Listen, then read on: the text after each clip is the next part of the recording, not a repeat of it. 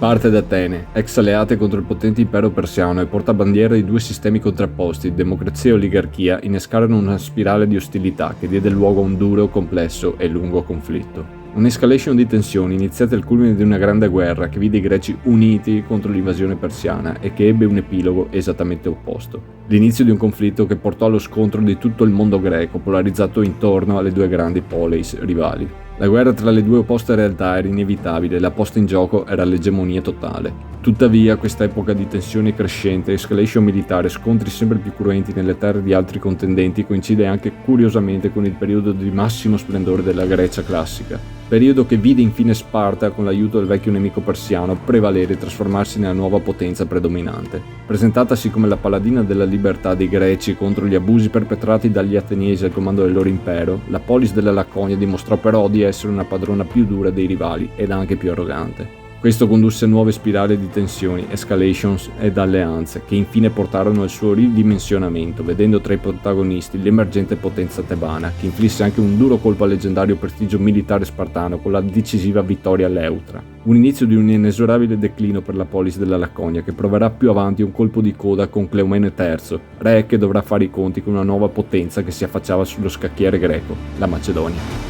Sparta, Struggle for Greece, è un card driven atipico per due giocatori. Sfiderà il tuo avversario in una battaglia politica e militare per l'egemonia sul mondo greco. Con la diplomazia o l'esercizio della forza lotterai per il controllo di regioni preziose che garantiranno importanti vantaggi. Che si tratti della ricchezza della Sicilia, delle flotte di Corinto, dell'appoggio di grandi città come Tebe e Siracusa o di proficue alleanze con Creta o addirittura la Persia. Sarà importante muovere con lungimiranza i tuoi pezzi sullo scacchiere geopolitico. Comanda il conflitto. Condurrai armate e flotte per razziare i territori nemici, assedierai città e ingaggerai il nemico in battaglia. L'esito dello scontro sarà deciso dalla qualità e dimensione del tuo esercito, ma anche dagli assi della manica che sarai in grado di sfoderare.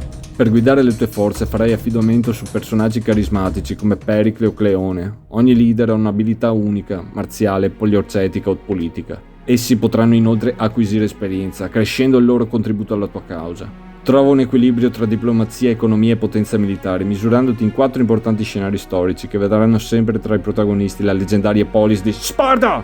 Struggle for Greece is now. Dai che andiamo.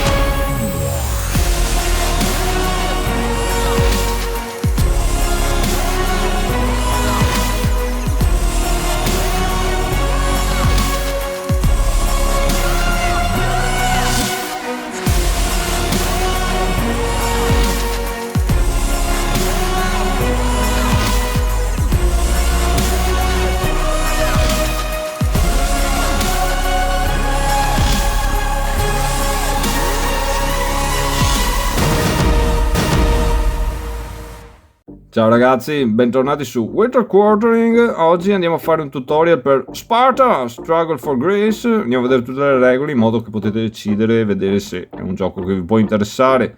In ogni caso, prima le robe importanti, perché per non scatenare una nuova invasione persiana, mi raccomando, mettete un mi piace al video, iscrivetevi al canale che tanto è gratis, mi date una mano. Se volete supportarmi ancora di più perché vi piace quello che faccio e propongo, potete anche offrirmi un caffè sulla mia pagina Ko-fi, vi metto il link in descrizione. Ma in ogni caso, grazie mille a prescindere ragazzi, siete qua che seguite anche sto delirio, quindi grazie, vi voglio bene. Ma bando alle ciance che abbiamo un sacco da fare, partiamo come al solito, andiamo a fare un unboxing per vedere prima cosa c'è dentro questa scatola. Via! Scatola imponente e solida, con una linea di oppliti, super colorata, sbarluccicosa. E aprire qui il vaso di Pandora. Prima cosa che troviamo è quello che io penso che sia The History of the Great Wars. Sì, sembra proprio quello che io penso che sia un libretto solo di cenni storici, 19 pagine, piccolo ma anche illustrato. Ma ragazzi, questa è una roba spettacolare, la roba più spettacolare è che te lo mettono sopra, come per dire, prima la storia, con la storia si gioca, non ti piace la storia, studia Beota, abitante della Beotia in questo caso. Comunque hanno già il mio amore, mi hanno già conquistato con questa cosa qua. Andiamo a vedere il resto. Quindi oltre il librettino dei cenni storici troveremo un rulebook di ben illustrato, 32 pagine, buoni, calma. No, le regole sono 16 pagine e mezza. Il resto sono tutti scenari, un indice e solo delle regole, designer notes, ok? Quindi è un gioco semplice, siamo buoni. Poi dei player raids, in specifico un player raid per il solo, double sided, sembra abbastanza snello, niente diagrammi di flusso importanti, quindi buono. Turn sequence, action round, insomma le regole in due facciate ragazzi, una per giocatore ovviamente. Counter sheet per le monete e un po' di assets, colonie varie, ok? Ma questa è l'edizione deluxe, quindi questa cosa qua ce le abbiamo anche pompate. Abbiamo una game board, dimensione standard o leggermente più grande, comunque bello importante. Bisogna guardare così, qua non posso fare il solito unboxing perché bisogna dare risalto a tutto l'inserto, no, che va a sposarsi. Hanno una cura particolare alla Plug Island, molto carino, molto bello, molto board game diciamo, però anche funzionale. E abbiamo tutto un pacco di tiles che sono i nostri generali divisi per scenari, mazzo di carte, battle cards, queste sono le nostre action cards del pacco, setup card perché si può variare il setup, e questo è per la Theban Spartan War, ce ne sono varie. Questo è il setup card per la Second Peloponnesian War scenario e anche qui il setup è variabile. Pacco di tiles per segnare sulla mappa tutte le regioni e tutti gli allies, gli alleati. Questo è comodo averle così perché poi le prendi, te le scambi, tu le metti giù, sono ben individuabili e quindi istruzione tattile che qualcosa, cioè la traccia è una roba, cioè, insomma la senti che è la traccia. Noi siamo fighi con l'edizione deluxe, abbiamo tutte segnalini tipo in acrilico, gli assi. No, questo dovrebbe essere le armies, quindi non siamo fighi, però abbiamo forse questo, non lo so, abbiamo un po' di robe tutte in acrilico, tipo plastica, insomma pacco di plastica di markers. Qua sì che siamo fighi, però vedete abbiamo i coins, metallo di qua e di qua, in modo niente da essere più pompati, pimpati. Poi abbiamo le miniatures che ragazzi vabbè sono opzionali, però vabbè carini. Questo praticamente ti rappresenta un'armata di terra o di mare, semplice. Poi hai Atena, gli Scobolo qua per il modulo delle Olimpiadi, non sono neanche brutte Poi, vabbè questo qua sembra Alessandro Magno a cavallo, non capisco perché questo mega stallone che avevano i pony all'epoca, un cavallo medievale questo. Questa sta spada insomma sembra un po' quella di Asterix, però questo qua ragioniamo. E su questo sarà una scala 20 mm, sono abbastanza dettagliate per essere 20 mm, come vedete, beh sono belle dai, sono dettagliate per essere 20 mm e sono in plastica, non in resina, quindi più resistenti, non si piegano, lanciano allo stesso tempo, attenti perché partono via. Questo non mi piace proprio, questa mega lancia da goblin fumettosa, sembra un goblin, però dai tutto sommato anche con le treni va bene, poteva fare meglio ma anche peggio. Va bene, qua cosa abbiamo? Oh, The Olympic Spectacle, questo è il modulo opzionale per le Olimpiadi. Poi abbiamo un player mat per Sparta e 3 player mat per l'opponent. Perché? Si chiama Sparta il gioco, uno è sempre lo spartano, è l'epopea di Sparta praticamente, contro gli ateniesi, contro la Cheondig e contro Tebe. Questo è il discorso. Secondo la scena, guarda, double side, belli, è molto curato con le illustrazioni, queste cose qua. Vedete che abbiamo questi, però siamo fighi, ce li abbiamo in acrilico, segnalini indistruttibili, poi dischetti per segnare i controlli, dadi, non capisco questo teschio da tirata, però i successi sono belli. Praticamente potevano usare anche il D6, perché praticamente questo è un 1, 2, 3 blank, 4, 5, 6 è un success. Altre cose per segnare il raid, si razia ragazzi, quindi questi counter strafighi anche per questo. Abbiamo un po' di cubetti, un po' di bustine che non fanno mai male, insomma, così. E questo è quanto. Spara! Struggle for Grace, dai che andiamo. Per prima cosa selezioniamo lo scenario che vogliamo andare a giocare. Per il nostro esempio di gioco selezioneremo la Second Peloponnesian War, uno scenario da 6 turni. C'è poi, vedete, la Theban Spartan War, altro scenario da 6 turni. Altrimenti avremo le nostre tessere da mettere per la Cleominian War, First Peloponnesian War, insomma scenari più piccoli da 3 turni. Seguiamo le istruzioni del nostro rulebook ovviamente, ma il turn track ci dice anche i vari mazzi di pesca che andranno inseriti per tipologia e eventualmente anche i leader che si inseriranno. Nella nostra fattispecie, nel nostro mazzo di pesca di carte evento, andremo a prendere per esempio le Ionian War Cards, vedete che hanno tutte le scritte sul basso, sempre seguendo le istruzioni del nostro rulebook, perché alcune potrebbero esserci, non esserci, insomma robe speciali particolari. Vedete, queste andranno inserite nel turno 5. Poi il mazzo di carte delle Piece of Nietzsche che andranno inserite nel turno 4. Mi raccomando, quando si inseriscono le carte nel mazzo di pesca principale, mai mischiare gli scarti. Gli scarti vengono mischiati solo quando viene esaurito il mazzo di pesca principale, quindi si rimescola per ricomporlo. Quindi certe carte possono ritornare poi in seguito. Quindi il nostro mazzo iniziale, come ci dice lo scenario, turn 1, avremo l'Archidamian War.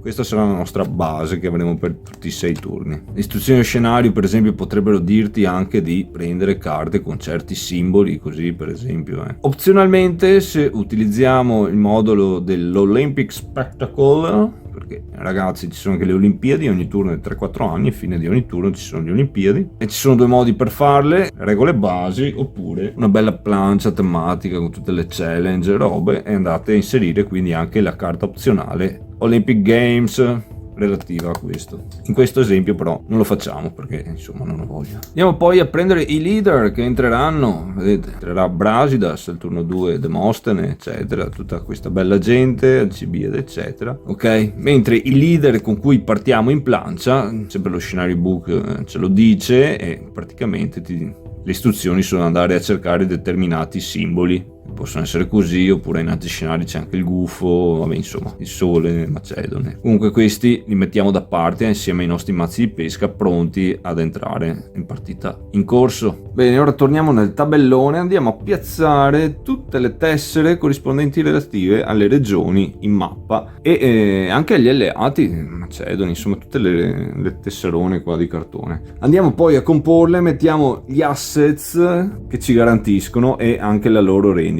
questa per agevolare il processo poi di inizio partita. Altra cosa che facciamo è prendere e mischiare tutto il mazzo di battle cards, poi prendiamo di nuovo il nostro rulebook e andiamo a seguire le istruzioni finali specifiche per comporre la plancia iniziale e anche la plancia dei giocatori. E poi ci sono altre tessere addizionali che a seconda dello scenario in corso andremo ad utilizzare, tipo Cleominian War, c'è una Macedonia un attimo più pompata. Perfetto, eccoci, siamo andati a stabilire le influenze in mappa. Vediamo poi che ci sono situazioni specifiche del setup, per esempio, secondo la Peloponnesian War c'è un'armata ateniese che sta assediando Potidea. Molto importante, poi ci indicano anche i livelli di potenza dell'armata terrestre e navale. Qualche assets di partenza, vediamo gli spartani partono con gli elites di fanteria che sono anche già veterani, quindi importante. Ogni giocatore poi riceve 6 carte dal mazzo di pesca e il setup ci indica anche come iniziamo qui. Per esempio abbiamo Archidamus che ha mobilitato già la prima armata terrestre e ci indica anche i Ready Leaders che sono pronti ad entrare, e una volta che avranno compiuto il loro dovere poi sono degli Spent Leaders che durante quel turno non potranno quindi più agire. Vediamo che ogni fazione ha anche il segnalino Desperate Times, poi vedremo Vediamo per Atene, che parte con l'armata 1 che sta assediando Potidea, comandata dallo Strategos, mentre ha una fleet già mobilitata comandata da Navarch. Vediamo il signorino Pericles che è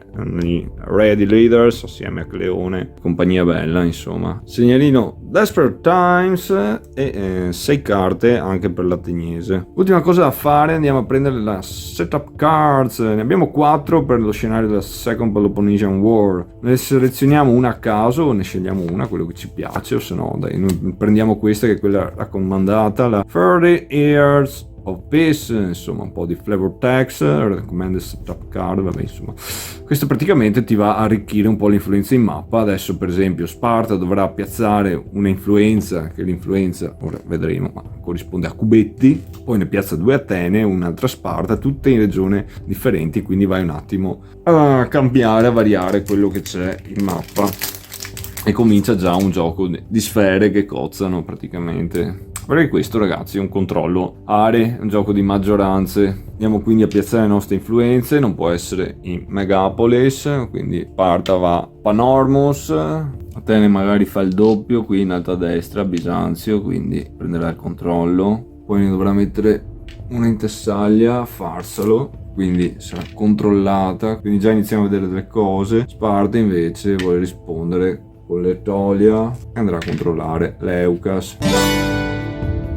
Bene, siamo pronti per iniziare la prima fase del turno. Andremo a vedere, a stabilire il controllo delle varie regioni e a prendere le varie rendite e gli assets che ci garantiscono. Questo avviene all'inizio di ogni turno. Andiamo a vedere quindi gli spazi in mappa, come si controllano le cose. Gli spazi in mappa sono di 3 tipi. Ci sono le polis, vedete sono questi insediamenti che possono contenere un'influenza, sono quelli più piccoli. Poi abbiamo le metropolis, tipo Megara, che hanno 2 pips insomma, che sono diversi, ogni regione ha il suo simbolo, anche per i colorblind, sta roba qua, quindi molta attenzione a questa cosa. Poi ci sono le megapolis, tipo Corinto, Atene, Sparta, Tebe, insomma quelle grosse, che possono contenere fino a 3 influenze. Le influenze sono i cubes. Per controllare uno spazio bisogna avere tanti cubi del proprio colore pari al suo valore. Per individuare facilmente chi ne ha il controllo, quando uno ha il valore richiesto influenza si mette un disco, però è l'equivalente di avere tipo un cubo qui ad Delphi, ok? Non ci possono mai essere 2 tipi di influenza in uno spazio, quindi o c'è influenza spartana in questo caso o ateniese, nel senso che se gli ateniesi dovessero mettere un'influenza a Corinto non piazzerebbero la loro ma andrebbero a togliere quella spartana. Se ne dovessero piazzare 2 mandando un Greater Envoy, si chiama, poi vedremo meglio, con una toglierebbero l'influenza spartana, con l'altra metterebbero quella ateniese, quindi praticamente hanno come un tracciato doppio lato, più 3 meno 3 insomma. Quindi poi come si controlla una regione, per esempio la Etolia qui, bisogna avere più spazi controllati. In questo caso gli spartani hanno 2 spazi col loro controllo, gli ateniesi uno solo. Gli spartani praticamente controllano la regione. A parità di spazi controllati bisogna vedere quanto vale l'influenza degli spazi. Se per esempio anche gli ateniesi avessero un controllo qui a Cefalenia, 2 contro 2, tutti da 1, quindi questa è una regione neutra. Ma se gli ateniesi avessero il controllo a Corcira, che vale 2, quindi 2 spazi a testa, però quello degli ateniesi in totale valgono 3 influenza, mentre 2 quelli degli spartani, quindi la regione sarebbe ateniese. Ecco. Vediamo poi che ci sono altri spazi in mappa, questi qua che al momento è come se non ci fosse niente, ma potrebbero essere fondate delle colonie, ok? Attraverso il gioco carta.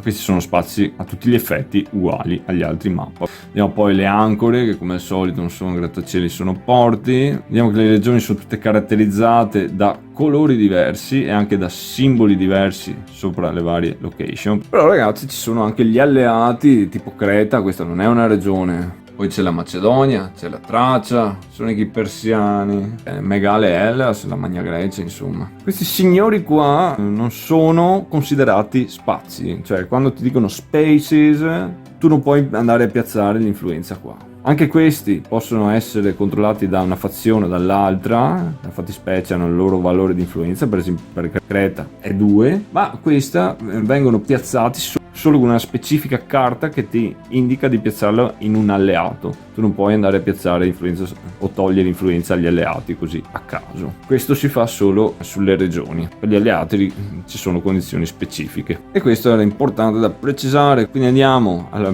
prima fase di ogni turno a verificare il controllo di tutte le varie regioni e a prendere le varie rendite, insomma gli assets. Gli assets cosa sono? Per avere un vantaggio nelle truppe sono di 4 tipi. Ci sono gli assets navali, quindi per esempio chi controlla l'istmo qua di Corinto? Nessuno in questo caso, ecco, fantastico esempio. Però le Cyclades saranno controllate dagli ateniesi, perché sono gli unici che hanno controllo qui, quindi andranno gli ateniesi per esempio a prendersi la moneta delle Cyclades e la piazzano nella tesoreria, come vedete la treasury, che robe. E poi a flotta soprattutto, ragazzi, quindi nella Allied Fleets andiamo a metterci le Cyclades. E faremo questo per tutte le regioni in mappa, andando a conservare anche la tessera, insomma, di controllo della regione, per verificare chi ne ha il controllo durante il turno. E ricordatevi che il controllo delle regioni, importantissimo, viene verificato solo durante l'inizio turno. Quindi se cambia durante il turno non è che cambia il controllo della regione, perché quel turno là ce l'avete voi, a meno che robe particolari eventuali, che condizioni durante il gioco carta insomma possono verificarsi, ma questa è la regola da ricordare. Andiamo quindi a completare questa fase di Regional Assessment.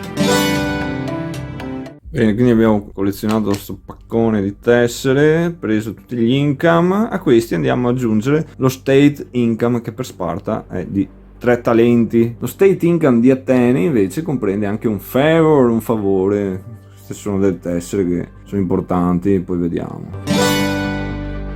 Andiamo a notare una cosa: la Calcide non se l'è presa nessuno, anche se qui a Potidea c'è il controllo spartano. Questo perché, importantissimo ragazzi, lo stato di assedio oppure il marker per indicare una razzia in un luogo, che un territorio è stato razziato, annulla il controllo dello spazio per il turno in corso. Ok, nello specifico i marker di razzia vengono rimossi a fine turno, mentre i marker di assedio vengono rimossi insomma quando l'assedio è rotto o completato o abbandonato. Tutti gli altri spazi nella regione sono neutri. Se non c'era lo stato assedio, questa era controllata dallo spartano. Quindi razzia e assedio servono per annullare il controllo temporaneamente di uno spazio, che è una roba chiave di sto gioco. Quindi ragazzi, abbiamo collezionato i nostri assets, come vedete sono di 4 tipi. Sono gli Elite, gli Skirmisher, Cavalry, abbiamo visto che ci sono anche le Fleets. Andiamo quindi, ogni volta che cambiano questi, bisogna stabilire chi ha un edge, un vantaggio. Per esempio la Cavalry, ogni assets vale 1, a meno che non sia veterano, in questo caso varrebbe 2. 2 contro 0, l'assets nella Cavalry ci sono gli ateniesi, qui ce li hanno gli spartani, ovviamente anche qui 4-0. Questo sarà importantissimo durante le battaglie. Vediamo anche che nelle Fleets è pari la situazione, 1 contro 1. Dopo la Regional Assessment che abbiamo appena completato, c'è una serie di fasi che nel primo turno si salta, quindi andremo a vederle alla fine, però ve le dico. Sono la Apply Reset, la Shipbuilding, Recruitment e Rebuilding. Poi c'è la The-Election Cards, però all'inizio dello scenario te le danno prima del setup e puoi ispezionarle prima anche di completare il setup con la carta che abbiamo visto prima. Però nei turni seguenti a questo punto verrebbero date 6 carte a testa a ogni giocatore per ricomporre la loro mano. E poi c'è la Action Rounds, che questo è il cuore, e ricordatevi che Action Rounds va sempre prima lo spartano. Cominciamo quindi col turno dello spartano. Nel tuo turno ci sono diverse fasi. La prima è risolvere i raids, eventuali raids. Nel nostro primo turno niente. Cosa significa questo? Se tu hai un'armata che ha fatto deploy in una location in un turno precedente, devi decidere in questa fase se lasci stare e torni a casa, o se razzi il posto. Quando tu razzi il posto metti questo segnalino qui che annullerà quindi temporaneamente il controllo per questo turno. Prenderai un talent che non fa mai male, sono importanti, e poi torni a casa. Oppure puoi scegliere se razziare e poi stare lì per cominciare un siege che andremo a risolverlo conseguentemente. Quindi se hai un'armata in mappa in questa fase, o torni a casa o razzi e assedi, ok? poi è venuto il momento di fare un play card, andiamo a giocare una carta obbligatoriamente se ce l'abbiamo in mano.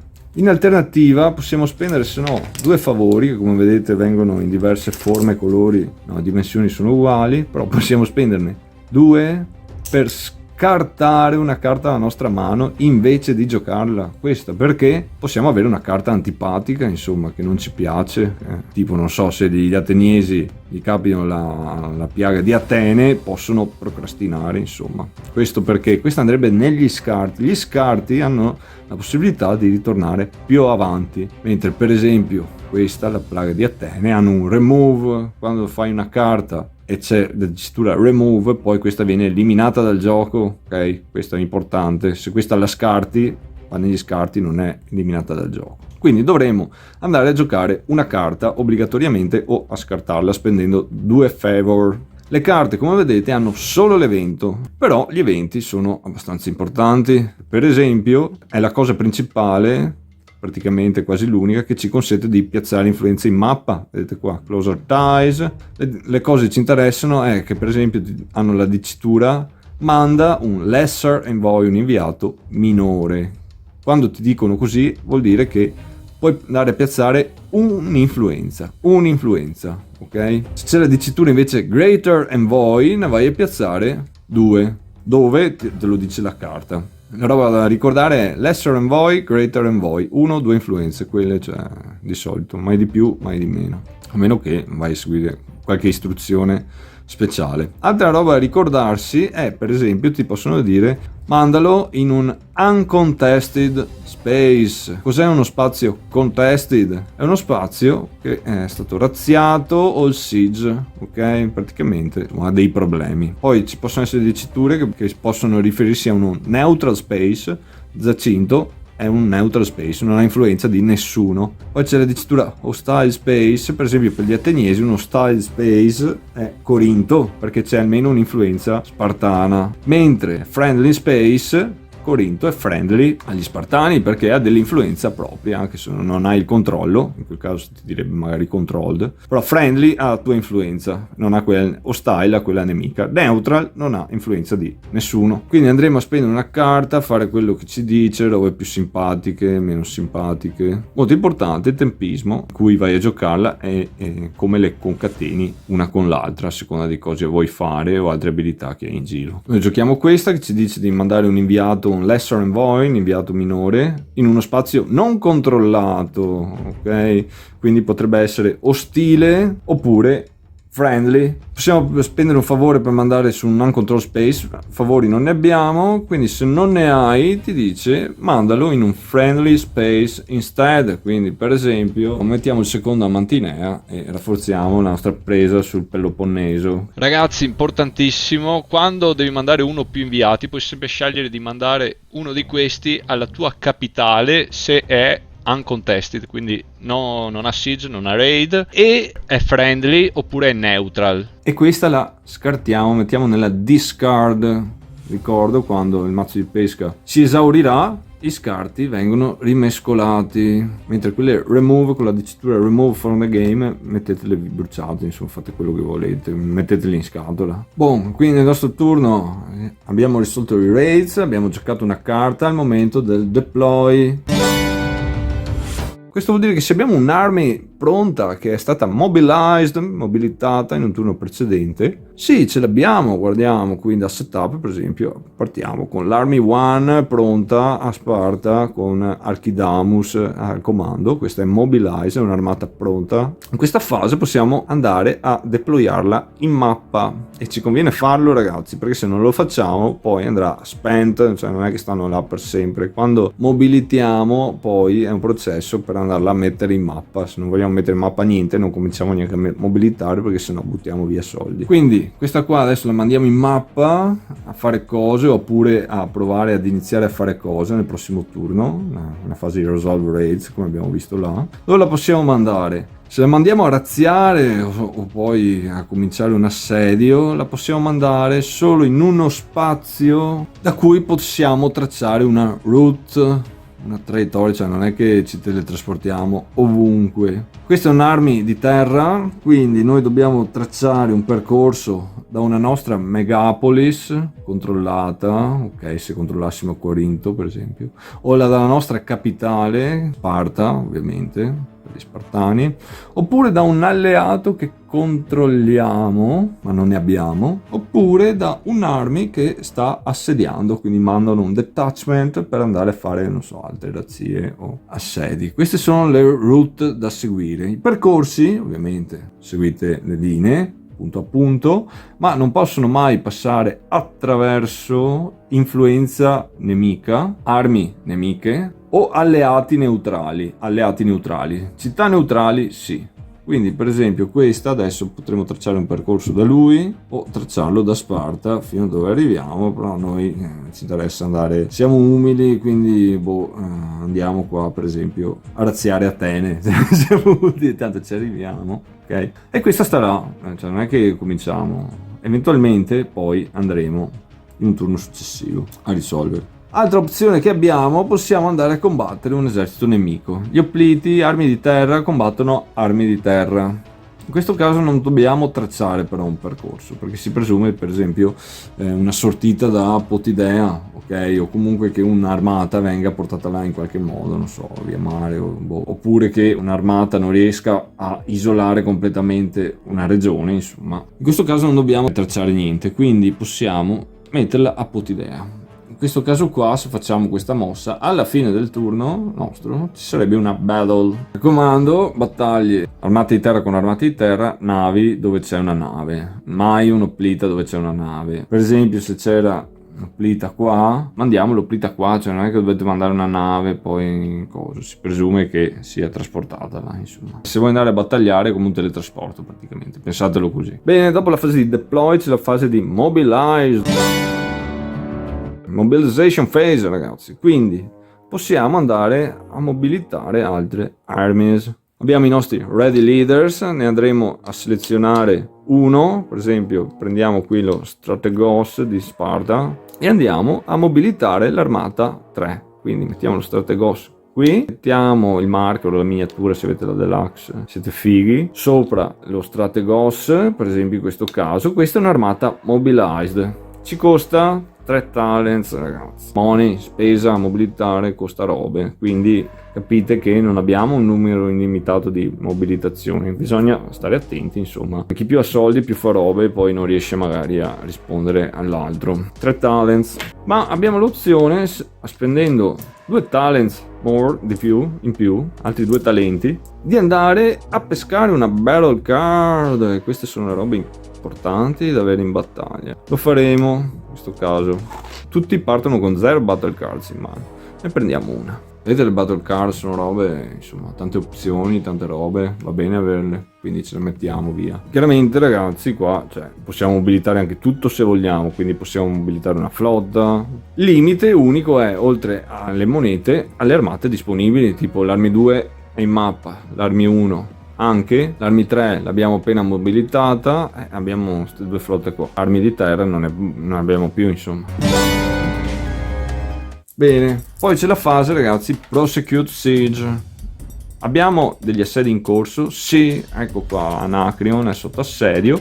Questa fase possiamo decidere se fare un siege roll, vedere come va sta roba che abbiamo imbastito. Un siege roll, per avere diritto a un siege roll, questo ci costa però 2 monete, massimo 1 per turno di siege roll, quindi non è che ne facciamo 100. Come funziona sto siege roll? Andiamo a prendere i nostri dice. Allora avremo un dado, ok, abbiamo diritto a un dado. Modificatore però, ragazzi, di +1 se abbiamo più spazi adiacenti controllati dei nostri avversari. In questo caso qua, vedete, abbiamo Ambracia che è adiacente, mentre gli ateniesi non hanno niente di loro di adiacente. Quindi andiamo già 2 dadi. Sto teschio che porta male. Altra cosa, andiamo a vedere l'army strength. Se siamo qui con l'armata di terra e ovviamente lo spazio è di terra, abbiamo un +1 ai siege roll, un altro dado. partiamo con i successi che portano bene. Ma se per esempio assediamo un Arbor, Siege Roll, se fossimo qui a 9-10 con la nostra fleet, un altro più 1, un altro dado, questi qua sono cumulativi. Per esempio Anactrion, sia di terra che però anche un porto, se abbiamo sia flotta che l'armi strength alti avremo altri più 2 dadi, però in questo caso qua no. Altro modificatore per gli assedi eccezionale, avremo un bonus di più 1 più un dado se assediamo Sparta è una città aperta, non ha le mura. Al contrario avremo un malus di meno un dado se assediamo Atene, perché Atene ha le mura del Pireo belle grosse, però per esempio nel primo scenario guerra Peloponneso non sono ancora costruite, si riceverà quel malus solo una volta che il giocatore ateniese le avrà costruite tramite gioco carta, eventi eccetera.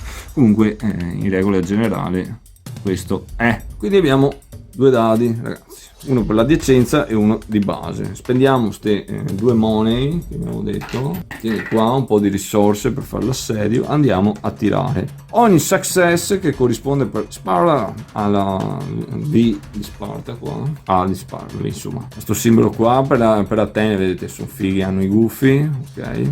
Questo è un success, per ogni successo toglie un'influenza nemica. Poi però c'è anche il blank non succede niente ovviamente.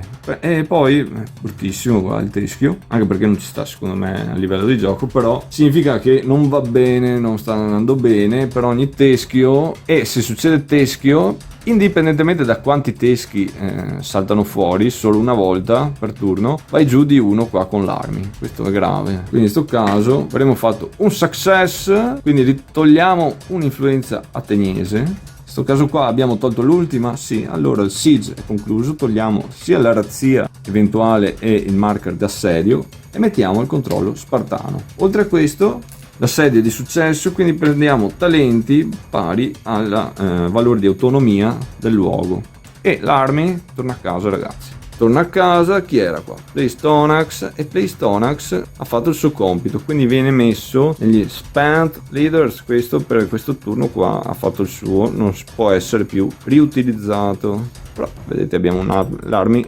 disponibile di nuovo per turni successivi. Ovviamente però non siamo obbligati a fare il siege roll, possiamo anche tenerlo là in attesa, intanto però è sotto assedio. Oppure l'altra opzione è, perché magari stiamo facendo una serie importante e non ci sta andando bene le cose, ci serve un'armi, possiamo decidere per qualche motivo strano di abbandonare. In questo caso questo va via, lui torna a casa, ma dovremo fare un tiro fato, perché il nostro leader potrebbe lasciarci le penne. Quindi il risultato del col teschio eliminato, non la miniatura, ragazzi, dell'army, ma il leader che la comanda viene permanente eliminato dalla nostra partita. Molto male. Ultima cosa che non abbiamo detto sugli assedi, sulle razzie, io posso mandare gli army o le fleet anche su spazi che sono neutrali, cioè non è che, però cosa succede? Ovviamente se gli razzi qua a casa a Cefalonea, qua a Cefalenia, loro automaticamente vanno a bussare dagli spartani e dicono ascolta, gli ateniesi ci stanno rompendo le palle,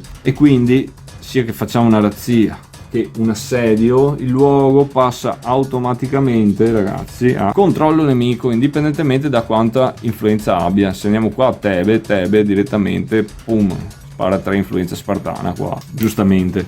Però è sempre una scusa per prendere con la forza, cioè non sono tante le azioni che ci possiede mettere influenza, le prendiamo con la forza le cose, può andare bene comunque. Bene, ultima fase, si verifica se ci sono battles. Abbiamo la nostra armata nello stesso posto dell'armata avversaria, ovvio perché l'abbiamo mandata noi prima. Qui a Potidea avremo una battle. Come funzionano? Bisogna andare a stabilire i vantaggi. Andiamo a vedere gli elite. Se è una battaglia di terra, ovviamente guardiamo solo quelli di terra, non la fleet. Viceversa, se fosse una battaglia di mare andremo a guardare solo gli asset della fleet. Ma nella battaglia di terra abbiamo questi. Gli spartani hanno 2 contro 1 del cavalry, quindi hanno un più 1. Poi stesso discorso, l'army strength, questa è una battaglia di terra, guardiamo questa, navi strength in battaglia di mare e viceversa. Chi ha qua l'edge, gli spartani sono sopra, quindi un altro più 1, che quindi siamo a più 2. Nella nostra battle strength segniamo il tutto, quindi partono più 2 gli spartani. Un altro più 1 alla battle strength viene assegnato a chi possiede il controllo della regione in cui avviene la battaglia, cioè chi possiede la tessera. Ricordate che questo è importante, i controlli vengono assegnati sempre all'inizio di un turno, quindi non cambiano durante un turno almeno che di eventi speciali. Quindi Home Ground Advantage si chiama. Poi i giocatori che hanno 2 o meno battle cards in loro possesso ne pescano una, ricordatevi ragazzi, mi raccomando. Poi prima l'attaccante, poi il difensore possono giocare battle cards e questo va avanti finché tutti e due non passano consecutivamente. Quindi magari lo Spartano, dato che è avanti di 2 sul tracciato, e la vittoria ragazzi andrà a chi avrà il margine superiore finale. Quindi lo Spartano all'inizio però potrebbe decidere di passare, quindi è un +2. L'Ateniese ha solo una battle cards in mano, decide però di fargliela pagare caro lo Spartano, quindi la utilizzerà qui sotto, la metà sotto. Sea or land battle, enemy losses this battle are increased by 1, saranno aumentati di 1 le loss spartane, quindi la fanno sudare. Allora lo Spartano deciderà di giocare questa perché tanto la vede favorevole, dice almeno gain 2 talents che non fanno mai male, sono preziosi. Ok, l'Ateniese poi passa, per esempio lo Spartano potrebbe passare, quindi si andrebbe alla risoluzione, però faccio vedere questo. Per esempio ci sono carte che ti dicono promuovi uno dei tuoi assets che partecipano alla battaglia, quindi per esempio non lo so, promuovono gli skirmisher qua, ecco, cioè, oppure ci sono carte che fanno reduce a enemy assets, vuol dire che se era veterano andava a normale, ma se è normale può togliertene uno temporaneamente. Okay.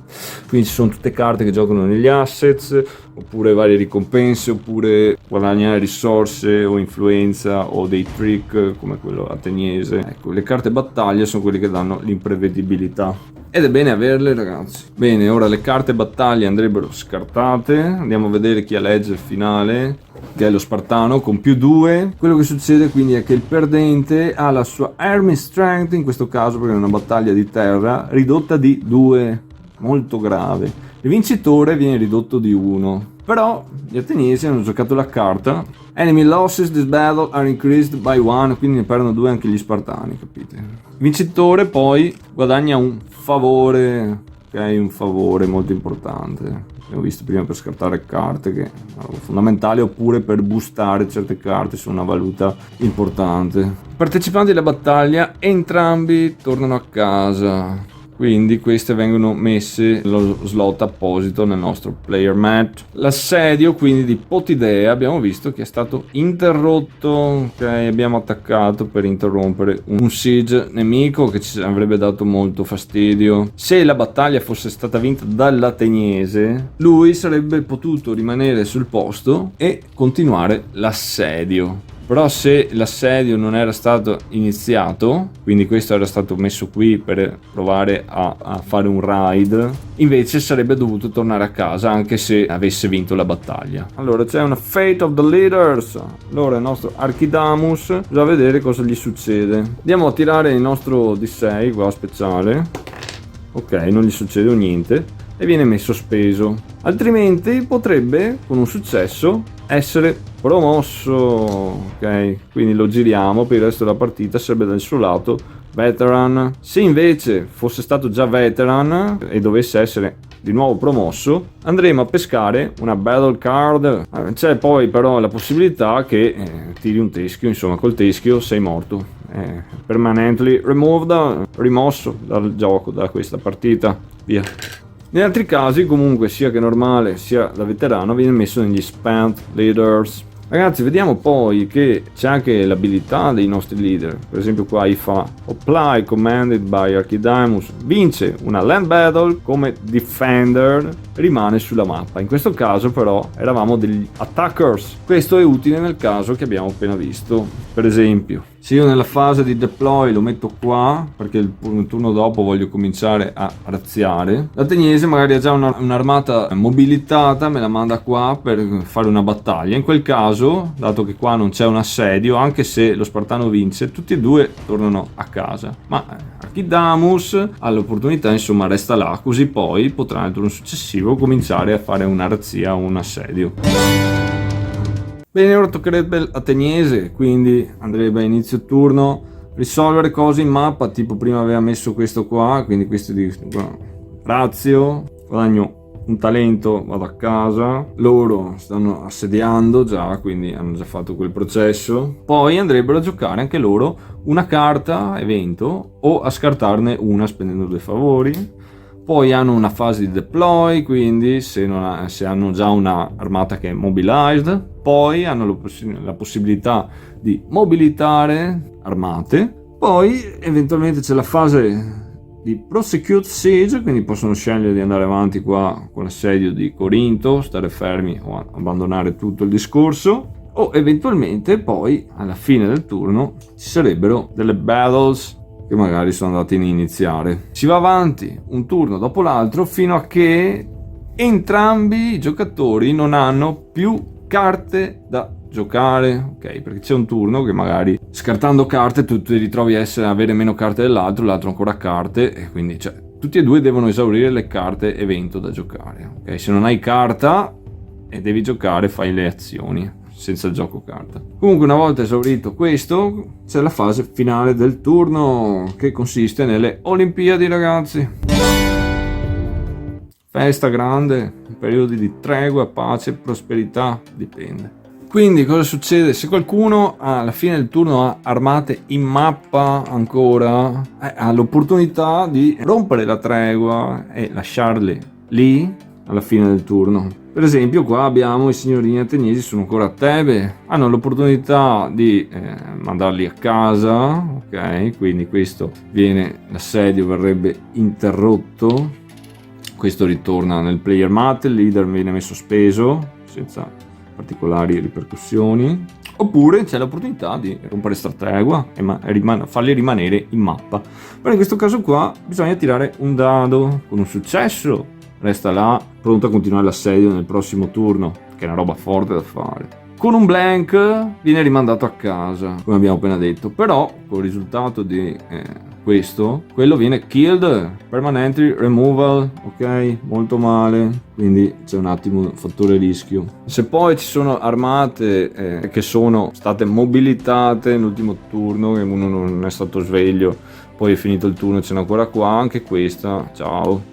Questo viene speso. Fatto tutto sto processo, bisogna vedere queste Olimpiadi come funzionano. Ogni fazione tira 2 dadi, -1 se hai lasciato il leader in mappa rompendo la tregua, insomma non sei stato forte. Però se invece l'avessi mandato a casa così da qua, o uno mobilitato sei stato costretto a metterlo speso, guadagneresti un dado, ok?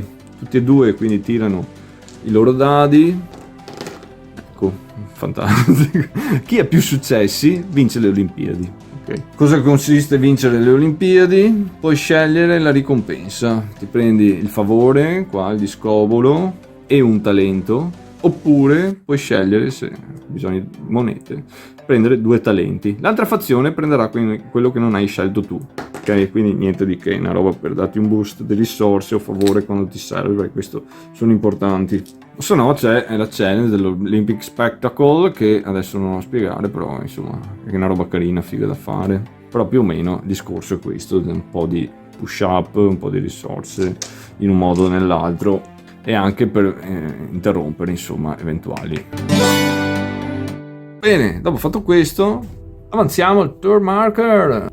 Quindi le fasi cosa sono qua? Adesso chi ci entra? Ci entra Brasidas e il signorino Demostene. Andiamo a metterli nei Ready Leaders. Il nostro Brasidas più tutti gli Spent Leaders diventano di nuovo Ready. Poi abbiamo il nostro mazzo di pesca. Gli scarti lasciateli stare, cioè lasciateli là, non toccateli. Andiamo ad inserire per esempio nella pace di Nichas qua il nostro mazzo delle pace di Nichas e lo mescoliamo con il rimanente della nostra mazzo di pesca per comporre, per esempio in questi turni, ogni 2 turni insomma c'è da inserire qualcosa. Gli scarti lasciateli là, mi raccomando ragazzi, sta roba si rimescolano solo quando questo è esaurito. Quindi rifacciamo la fase, iniziamo un altro turno di regional assessment, quindi andiamo a vedere qua Sicilia, adesso non la controlla nessuno, quindi la tessera la rimettiamo qua si ricerca tutto insomma e si prende anche le varie ricompense, gli assets eventualmente vengono trasferiti da una parte e dall'altra insomma, e tutto vai ad incassare tutte le varie cose o a rimetterli in mappa se nessuno lo controlla. Poi si riceve l'income, dell'estate income. Ok, quindi ti rifai le risorse, vedete che controllare roba è importante perché qua poi insomma in base al controllo strategico delle cose surclassi il tuo opponent, poi fai più mosse, hai più vantaggi, insomma è importante decidere cosa quando prendere, cercare di prendere.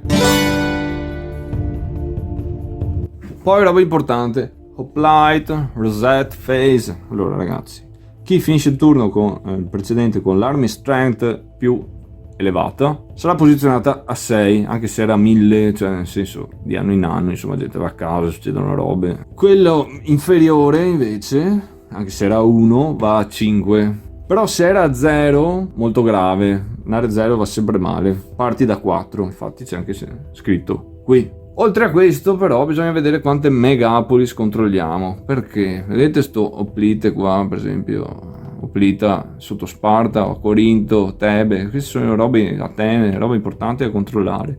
Per ognuna di queste megapolis che controlli hai un +1, quindi per esempio lui ha questo, lui ha, non so, Atene e Corinto, però dai, capito, molto importante. Poi c'è la fase di ship building, tutte queste fasi nel primo turno non si fanno, poi negli altri turni sì. Ship building, chi è più sotto nella Navy Strength, l'opportunità di spendere i talenti dello spazio in cui si trova per incrementare il suo livello di flotta, quindi Sparta spende 2, va su di 1. A questo punto la palla passa a chi era in vantaggio. L'ateniese quindi decide di andare a +2, ok? A questo punto la palla passa di nuovo e per l'ultima volta a chi è sotto, quindi Spartano va così.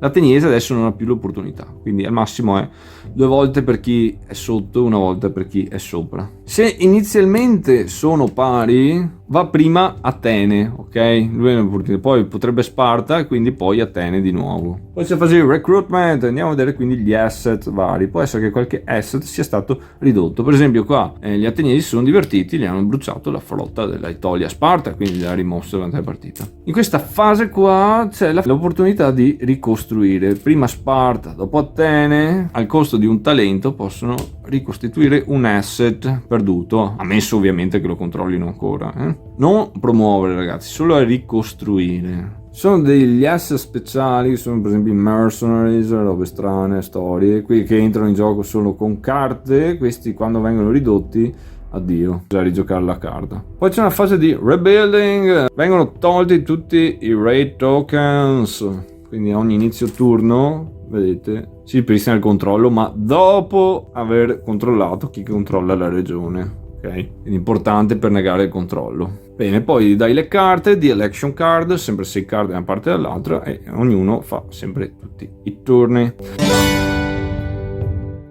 Vediamo infine questo segnalino, i Desperate Times, ogni fazione ha questo segnalino qui. Cosa serve? Questo può venire speso una sola volta durante la partita, si tramuterà magicamente da oro a uva. Questo ti consente di mobilitare immediatamente un'army o una fleet disponibile, quindi devi avere una cosa disponibile, assegni un leader, però non costerà talenti, e puoi fare un deploy immediato per andare a combattere un'altra army sul tabellone, ok? Quindi è una cosa eccezionale, tempi disperati, misure disperate.